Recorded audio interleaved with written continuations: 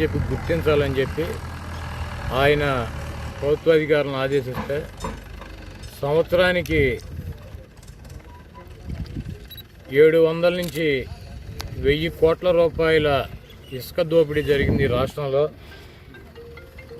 ఆ దోపిడీ అంతా రాష్ట్ర ముఖ్యమంత్రి అప్పటి నాయకుడైనటువంటి చంద్రబాబు నాయుడు గారి ఆధ్వర్యంలో ఆయన పార్టీ నాయకులు, ఎమ్మెల్యేలు, మంత్రులు, కార్యకర్తలు ఈ రాష్ట్రాన్ని 5 సంవత్సరాలు 3-4 వేల కోట్ల రూపాయలను ఇసుక దోపిడీ చేశారు. అడ్డం పడినటువంటి అధికారుల్ని బెదిరించి కొట్టి వాళ్ళని ట్రాన్స్ఫర్లు చేసి భయాందోళన సృష్టించి పబ్లిక్గానే ఉచిత ఇసుక అని చెప్పి ఉచిత ఇసుక తెలుగుదేశం పార్టీ నాయకులకి, ప్రజలకి ఏ ఒక్క కేజీ కూడా ఉచితంగా ఇచ్చినటువంటి పరిస్థితి లేదు. అక్కడ మెయింటెనెన్స్ అని చెప్పి, ట్రాన్స్పోర్టేషన్ అని చెప్పి టన్నుకి మా గుడివాడ 700 రూపాయలు 800 రూపాయలకి ఇక్కడ 5 సంవత్సరాలు అమ్ముకున్నటువంటి దౌర్భాగ్యులు తెలుగుదేశం పార్టీ నాయకులు, కార్యకర్తలు. దానికి నాయకుడు దొంగ చంద్రబాబు నాయుడు. దాన్ని మార్చాలని చెప్పి ఆయన కొన్ని మార్పులు చేశారు. ప్రైవేటు వ్యక్తులు ఇసుకలు తీసి దీన్ని అమ్మేటువంటి పరిస్థితి లేకుండా ప్రభుత్వానికే పెద్ద ఎత్తున యంత్రాంగం ఉంది. దాన్ని సెప్టెంబర్ 5 నుంచి అమలు చేద్దామని చెప్పి ఆయన దాని మీద కసరత్తు చేశారు. సెప్టెంబర్ 5 నుంచి మొదలెట్టారు. అయితే మరి ప్రకృతి పూర్తిగా వానలు పడటం, పైన ఉన్నటువంటి కర్ణాటక, మహారాష్ట్రలో ఫ్లడ్ ఉండటం వలన, నదులన్నీ పొంగి ప్రవహించడం వలన ఇసుక తీయడానికి కొంత ఇబ్బంది ఏర్పడింది. మనకి చూస్తే 10-15 రోజుల నుంచి కొన్ని ర్యాంపులు, దాదాపు 280 ర్యాంపులను ఐడెంటిఫై చేస్తే దాంట్లో 60 ర్యాంపులు 70 ర్యాంపులు పని ప్రారంభించడం దానికి అనువుగా ఉన్నాయి. అదేవిధంగా వాటర్ తగ్గడం వల్ల రోజు 10 ర్యాంపులు 20 ర్యాంపులు పెరుగుతూ వచ్చినాయి. ఈ రోజైతే దాదాపు 200 రీచ్ల పైన ఇసుకనే తీస్తూ మరి గుడివాడ డివిజన్కి సంబంధించి ఇక్కడ ఇసుక తీసుకొచ్చి ఇక్కడే స్టాక్ యార్డ్ పెట్టి 585 రూపాయలు టన్ను ఇక్కడ విక్రయించాలని చెప్పి ఇక్కడి నుంచి ఎవరు వచ్చినా కూడా 585 రూపాయలకి 365 రోజులు ఇక్కడ స్టాక్ యార్డ్ నుంచి అందించాలని చెప్పి మరి ఈరోజు ఇక్కడ స్టాక్ యార్డ్ ఓపెన్ చేయడం జరిగింది. చంద్రబాబు నాయుడు చెప్పేటువంటి మాటలన్నీ కూడా దొంగ మాటలు. ఆయనకి పని పాట లేక ఏదోటి రాజకీయ పార్టీకి పెట్టాం కాబట్టి సంక్షోభం నుంచి ఆయన ఏదో ఎత్తుక్కుంటానని చెబుతాడు. ఇసుక సంక్షోభం వచ్చింది, దాంట్లోంచి ఏదోటి రాజకీయ లబ్ధి శవాల మీద పేలాలు ఏరుకునేటువంటి మొహం ఒకటి వేసుకుని నిన్న ధర్మదీక్ష అంటాడు. అంతకుముందు చేసాడు, మోడీ గారిని దించేస్తాను, ప్రజాస్వామ్యం కంప్రెషర్లోకి వెళ్ళిపోయింది, పొక్లైన్లోకి వెళ్ళిపోయింది, బొంగు వెళ్ళింది, భోషాణం వెళ్ళిందని ఇట్లాగే 12 గంటలు 13 జిల్లాల్లోనే చేశాడు. ఢిల్లీ కూడా వెళ్ళి చేసి వచ్చాడు 10 కోట్ల రూపాయలు ఖర్చు పెట్టి. జనం లాగిపెట్టి గోబెమ్మడి కొడితే మళ్ళీ వచ్చాడు కూర్చుని ఎవడికి కాళ్ళు అట్టుకుందామా, మోడీ అపాయింట్మెంట్ కావాలి, అమిత్ షా అపాయింట్మెంట్ కావాలి, ఇక్కడ ఆఖరికి కన్నా లక్ష్మీనారాయణ గారు అపాయింట్మెంట్ ఇచ్చినా కూడా వెళ్ళేటువంటి పరిస్థితుల్లో దౌర్భాగ్య పరిస్థితుల్లో దిగజారిపోయి ఛార్జ్ షీట్ అంటాడు. ఎవడంటే ఛార్జ్ షీట్ అయితే నేను పోలీసులా, కనీసం చంద్రబాబు నాయుడు కానిస్టేబుల్ కూడా కాదు, హోంగార్డు కూడా కాదు, ఈడేవాడు ఛార్జ్ షీట్ అయితే మా మీద. కాబట్టి 420 ఒక దొంగ అధికారుల మీద ప్రజాస్వామ్యంలో పరిపాలన అక్రమార్గాలు పోకూడదని చెప్పి ఇసుక మీద వచ్చేటువంటి ఆదాయాన్ని ప్రభుత్వానికి తీసుకురావాలని చెప్పి జగన్మోహన్ రెడ్డి గారు మా ప్రభుత్వం కృషి చేస్తా అంటే ఈయన ఏం చెప్తాడు, ఛార్జ్ షీట్ వేస్తాడు. నువ్వెవడో ఛార్జ్ షీట్ వేయడానికి? నిన్న ధర్మ పోరాట దీక్ష అని చెప్పి, ఇసుక పోరాట దీక్ష అని చెప్పి ఒక ఇసుక బ్యాగ్ ఒకటి మెడలో వేసి కూర్చున్నాడు. సిగ్గుసారం లేదు, తిన్న ఇసుక చాలక మళ్ళీ మెడలో ఒకటి వేసుకుని బొయ్యికుల మీద ఎవడు ఆయన కార్యకర్త అంట. ఆయన తర్వాత చెప్తున్నాడు ఎందుకు వేసారా మొయ్యలేడుగా అంటే, తిన్నాడు కదా సార్, బొయ్యికులు మెడలో వేసుకోవాలి కదా, మాంసం తిన్నాడు, మరి తిన్నట్టు తెలవాలి కాబట్టి వీడి మెడలో వేసామని చెప్పి వాళ్ళ కార్యకర్తలే చెప్పేటువంటి పరిస్థితి ఉంది. చంద్రబాబు నాయుడు నువ్వు పిచ్చవాగుడు, పిచ్చ మాటలు, నీ డయాస్ మీద అడ్డమైన వాళ్ళని పెట్టి జగన్మోహన్ రెడ్డి గారిని మా ప్రభుత్వాన్ని తిట్టిస్తాడు. జగన్మోహన్ రెడ్డి గారు క్రిస్టియన్నా, హిందువా, ముస్లిమా, అసలు ఇవన్నీ మీకెందుకు? జగన్మోహన్ రెడ్డి గారు నన్ను ప్రజలు అడిగారా? ఆయనకి 151 సీట్లతో 50% పైన ప్రజలు తీర్పిచ్చి జగన్మోహన్ రెడ్డి గారు ముఖ్యమంత్రిగా ఉండాలంటే తిరుపతిలో సంతకం పెట్టావా? నీ అమ్మ మొగుడు కట్టించాడా తిరుపతి గుడి? ఈ రాష్ట్రంలో పుట్టినటువంటి పౌరుడిగా జగన్మోహన్ రెడ్డి గారికి ఏ గుళ్ళోకైనా, ఏ మసీదులోకైనా, ఏ చర్చిలోకైనా వెళ్ళేటువంటి హక్కు, అధికారం ఉంది. ఎవడికి సంతకం పెట్టాలి, ఎవడికి డిక్లరేషన్ ఇవ్వాలి? పిచ్చ వాగుడు. ఈయన పార్ట్నర్ ఉన్నాడు పవన్ కళ్యాణ్, ఆయన కూడా ఈయనేం మాట్లాడతాడు, ఆయనకు ఒక గంట అటు ఇటుగా ఆయన కూడా అదే మాట్లాడతాడు. ఇద్దరు మాట్లాడుకుని నేను పలానా కులం, నేను పలానా మతం, ఎందుకు చెబుతారు? జగన్మోహన్ రెడ్డి గారికి కులం లేదు, జగన్మోహన్ రెడ్డి గారికి మతం లేదు. జగన్మోహన్ రెడ్డి గారికి రాష్ట్రంలో ఉన్నటువంటి ప్రజలందరూ సమానమే.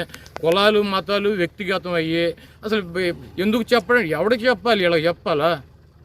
జగన్మోహన్ రెడ్డి గారికి తీర్పిచ్చారు, మీకు మళ్ళీ దిక్కుమాలినాలను చేసినట్టు 2 చోట్ల పోటీ చేస్తే ఒక చోట కూడా గెలవలేని, ఒక చోట కూడా డిపాజిట్లు రానటువంటి పార్టీ అధ్యక్షుడు అడిగితే మేము సమాధానం చెప్పాలా? 23 సీట్లు రేపే మాపు ప్రతిపక్ష హోదా పోతాను చంద్రబాబుకి. వాళ్ళ ఎమ్మెల్యేలు నిన్న వల్లభనేని వంశీ అమ్మనా బూతులు తిట్టాడు. నువ్వు ఇట్లాంటి ఇంకా 4 నెలలు పురిటి వాసన పోలేదు, ఏంది కంపు నువ్వు ఈ గబ్బు వ్యవహారాలు? అంతకుముందు నీకు బుద్ధి చెప్పినా కూడా నీకు ఇంకా బుద్ధి తెచ్చుకోలేదు. నేను జగన్మోహన్ రెడ్డి గారికి మద్దతు ఇస్తానని చెప్పి వంశీ గారు బయటకు వచ్చి మాట్లాడాడు. ఇంకా చాలామంది శాసనసభ్యులు మదన పడుతున్నారు, ఇటువంటి సన్నాసి టైటానిక్ షిప్ ముంచినట్టు ముంచుతాడు ఈ పార్టీలో ఉంటే అని చెప్పి. ఇంకా పార్టీని రిపేర్ చేసుకోకుండా సిగ్గు శరం లేకుండా జగన్మోహన్ రెడ్డి గారి మీద నిందలు, కులాలు ఎత్తుతారు, మతాలు ఎత్తుతారు. ఇంగ్లీష్ మీడియం చంద్రబాబు నాయుడు ఏ మీడియంలో చదివించాడండి కొడుకుని? ఇప్పుడు మనవాడిని ఏ మీడియంలో చదివిస్తున్నాడు? ఎన్టీఆర్ ట్రస్ట్ ఉంది విజయవాడలో, హైదరాబాద్లో నడుపుతున్నాడు. ఏ మీడియం నడుపుతాను? తెలుగు మీడియం, ఇంగ్లీష్ మీడియమా? తెలుగుదేశం పార్టీ అని పేరు తెలుగు, నీ ఎన్టీఆర్ ట్రస్ట్ తెలుగువాడి ఆత్మగౌరవం కోసం పార్టీ పెట్టినటువంటి వ్యక్తి. మీరు మాత్రం ఎన్టీఆర్ ట్రస్ట్లో పనిచేస్తున్నటువంటి స్కూల్ హైదరాబాద్లో మీరు ఇంగ్లీష్ మీడియం నడుపుతారు. మీ పిల్లల్ని మనవాళ్ళని ఇంగ్లీష్ మీడియం. పవన్ కళ్యాణ్ గారి పిల్లలు ఇంగ్లీష్ మీడియం, మా పిల్లలు ఇంగ్లీష్ మీడియం. ఐఏఎస్లు, ఐపీఎస్లు, అధికారులు, ప్రజాప్రతినిధులు పిల్లలందరూ కూడా ఇంగ్లీష్ మీడియం. పేదవాళ్ళకి గవర్నమెంట్ స్కూల్స్లో చదువుకునేటువంటి పిల్లలకి ఇంగ్లీష్ మీడియంలో విద్య నేర్పుతానంటే జగన్మోహన్ రెడ్డి గారు మట్టి కొట్టుకుపోవాలి, నాశనం అయిపోవాలి. ఇటువంటి సన్నాసి మాటలు మాట్లాడతాం. మట్టి ఎవరు కొట్టుకుపోవాలి? ఇంగ్లీష్ మీడియంలో చేర్చినటువంటి మేము ఫస్ట్ మొట్టమొదట చంద్రబాబు నాయుడు, పవన్ కళ్యాణ్, నేను, ఇక్కడ ఉన్నటువంటి అధికారులు, ప్రజాప్రతినిధులు, ఇంగ్లీష్ మీడియంలో చదివే పిల్లలను చదివించేటువంటి ప్రతి ఒక్కడు మట్టి కొట్టుకుపోయినాక కదా జగన్మోహన్ రెడ్డి గారు మట్టి కొట్టుకుపోయేది. పేద పిల్లలను చదివితే మట్టి కొట్టుకుపోవాలా? ఒళ్ళు పైన తెలవకుండా ఏది వస్తే నోటికి అది మాట్లాడతాం. ఇక ఆఖరికి ఏమీ చేయలేక శాపనార్థాలు పెడతాం. జగన్ రెడ్డి ఆయన నిన్న పవన్ కళ్యాణ్ గారు చెబుతాడు, మేము 151 మంది సమావేశం పెట్టి జగన్ రెడ్డి అని పిలవాలా, జగన్మోహన్ రెడ్డి అని పిలవాలా, జగన్ అని పిలవాలా అని చెప్పి ఈయనకు డైరెక్షన్ ఇవ్వాలంట. నువ్వు కూడా చెప్పు, మీ తల్లిదండ్రులు ఒక పేరు పెట్టారు నీకు, మీ అన్నయ్య సినిమాల్లో వచ్చిన ఇంకో పేరు పెట్టారు, నీకు అభిమానులు ఒక పేరు పెట్టారు, దురభిమానులు ఒక పేరు పెట్టారు, వైసీపీ వాళ్ళు ఒక పేరు పెట్టారు, నీకు 1,00,000 పేర్లు ఉన్నాయి. నువ్వు కూడా నీ పార్టీలో ఉన్నటువంటి మొన్న ఓడిపోయిన గెలిచిన అభ్యర్థులందరినీ మీటింగ్ పెట్టి నీకేం పేరు, ఏం స్టార్ అని పెట్టాలి? పవర్ స్టారా, లేకపోతే ఈ మధ్య కొత్తగా ఇంకో స్టార్ వచ్చింది చంద్రబాబు నాయుడు గారు ఆశీస్సులతో, లేకపోతే ఆ స్టార్ పెట్టాలా, లేకపోతే నీకు పవన్ కళ్యాణ్ అని పెట్టాలి, నీ తండ్రి పెట్టిన పేరు పెట్టి పిలవాలా? అవి కూడా నువ్వు కూడా పెట్టి మొత్తం మీటింగ్ పెట్టి నేను డిసైడ్ చేశాను, నాకు ఈ పేరు వచ్చింది మీరు చెప్పండి. వైఎస్ జగన్మోహన్ రెడ్డి గారు ఈ రాష్ట్ర ముఖ్యమంత్రి. నీకు బాగా దూరంగా వైఎస్ జగన్మోహన్ రెడ్డి గారు అని పిలవడం ఇబ్బందిగా ఉంటే వైఎస్ జగన్ అని పెట్టు. మేము జగన్ గారు అని పిలుస్తారు, జగన్ అని పిలుస్తారు, జగన్ అంటారు. వైఎస్ జగన్ అను, లేకపోతే వైఎస్ జగన్మోహన్ రెడ్డి అను. మధ్యలో మోహన్ తీసేసి ఆ చివరి రెడ్డి తీసుకొచ్చి మళ్ళీ దీంట్లో పెట్టి నేను ఏదో షార్ట్ జగన్ కన్నా షార్టా జగన్ రెడ్డి? కాబట్టి ఇవన్నీ జనం ఏమీ తెలియదు, అమాయకులు, గొర్రెలు. నేను చంద్రబాబు నాయుడు ఏం చెప్తే అది వింటారు. మేమే పెద్ద పోటుగాళ్ళం, మొగాళ్ళం అని చెప్పి విర్రవీగారు. నేను లేగితే మనిషిని కాదు, నన్ను పవన్ నాయుడు అని పిలిచాడు పేరు నాని గారు, ఒక మంత్రి. చంద్రబాబు చెప్తాడు ఆంబోతులాగా పవన్ కళ్యాణ్ మీద దాడి చేస్తున్నావు అంట. నువ్వేంటి కుక్కలాగా మరుగుతున్నావా? నక్క జిత్తులు నక్కలాగా దొంగ నాటకాలు ఆడుతున్నావా? మేము ఆంబోతులు అయితే నువ్వేంటి చంద్రబాబు కుక్కవా? లేకపోతే నీ బాబు నుంచి వచ్చినటువంటి నక్క రక్తం అనేది మామను వెన్నుపోటు పెడిచావు, పార్టీని దొంగిలించావు, ఇంట్లో చావుకు కారణం అయ్యావు. నువ్వు ఛార్జ్ షీట్ వేస్తావు మేము ఇసుక దొంగలం అని చెప్పి. నీకు మళ్ళీ ఇసుకో లేకపోతే మడ్డో చెత్త చెదరం తినాల్సినటువంటి కర్మ మాకు లేదు. వైసీపీ నాయకులకి చంద్రబాబు నాయుడు ఒళ్ళు దగ్గర పెట్టుకుని, నీకు 70 సంవత్సరాల వయసు, సిగ్గు శరం లేదు, నేను ఎన్ని తిట్టినా కూడా, జనం చేతకరించుకున్నా కూడా, అయినా కూడా మళ్ళీ వస్తావు నేను మనిషిని లెగిసానని చెప్పి నీ పార్టీలో వదిలేసి దేవుని గుడివాడలో తీసుకొచ్చి పెట్టావు. నేను చెప్పే ఆ రోజే, నువ్వు చిన్నపిల్లడవే, తండ్రి చనిపోయాడు, నువ్వు ఆలోచించుకో. చంద్రబాబు నాయుడు దొంగ, ఎదవ, సన్నాసి, తండ్రి లేనటువంటి పిల్లల్ని అన్యాయం చేస్తాడని కోట్లు ఖర్చు పెట్టించి ఇక్కడ ఎట్టి భాషలో గెలవని సీటు చంద్రబాబుకి తెలుసు. అది తీసుకొచ్చి ఒక బలిపోసుకొని చేసేసి ఇప్పుడు తీసుకెళ్ళి పక్కన పెడతావు. నిన్ను చేతకరించుకొని నీ పార్టీలో పోటీ చేసినటువంటి దేవినేని అవినాష్ వచ్చి వైఎస్ జగన్మోహన్ రెడ్డి గారి సమక్షంలో నిన్న పార్టీలో చేరాడు. అదేవిధంగా నీ శాసనసభ్యుడు వల్లభనేని వంశీ మరి నువ్వు చెప్పినా కూడా వినకుండా ఇంకా నువ్వు దాన్ని టైటానిక్ షిప్ లాగా ఇప్పుడు ముంచిన చాలా ప్రతిపక్షం కూడా పోయేటువంటి పరిస్థితి సృష్టిస్తున్నావు అని చెప్పి అతను పార్టీలోంచి బయటకు వస్తున్నాడు. ఇంకా చాలా మంది బయటకు వస్తాకు సిద్ధంగా ఉన్నారు. మా పార్టీలో బెర్తులు ఖాళీ లేక వాళ్ళని ఎట్లా అకామిడేషన్ కల్పించాలో తెలియక మేము బాధపడుతున్నాం. కాబట్టి చంద్రబాబు నాయుడు నీకు 70 సంవత్సరాల వయసు, నువ్వు ముఖ్యమంత్రి అయ్యేది లేదు, చచ్చేది లేదు. ఆ పార్టీ తెలంగాణలో ఎట్లా మట్టి కొట్టుకుపోయింది అట్లాగే మట్టి కొట్టుకుపోద్ది ఇక్కడ కూడా. ఇంకెవడన్నా మంచివాడు వస్తే కనుక వాళ్ళకి అవకాశం ఉంటుంది, కానీ నీకైతే అవకాశం ఉండదు. ఒక పక్క నుంచి నీకు బీజేపీ, జనసేన ఇవన్నీ కూడా నీకు బొక్క పెట్టి మొత్తం నీ రసం పిండేయాలని చెప్పి వెనక నుంచి ప్రయత్నిస్తావు.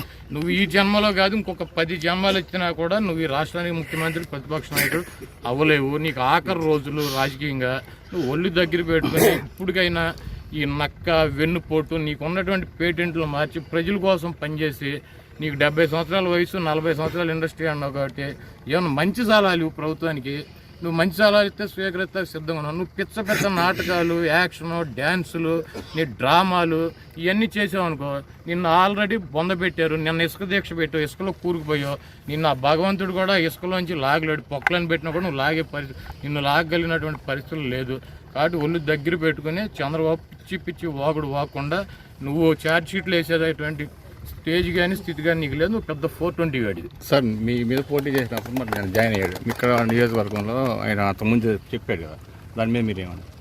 మాకు జగన్మోహన్ రెడ్డి గారిని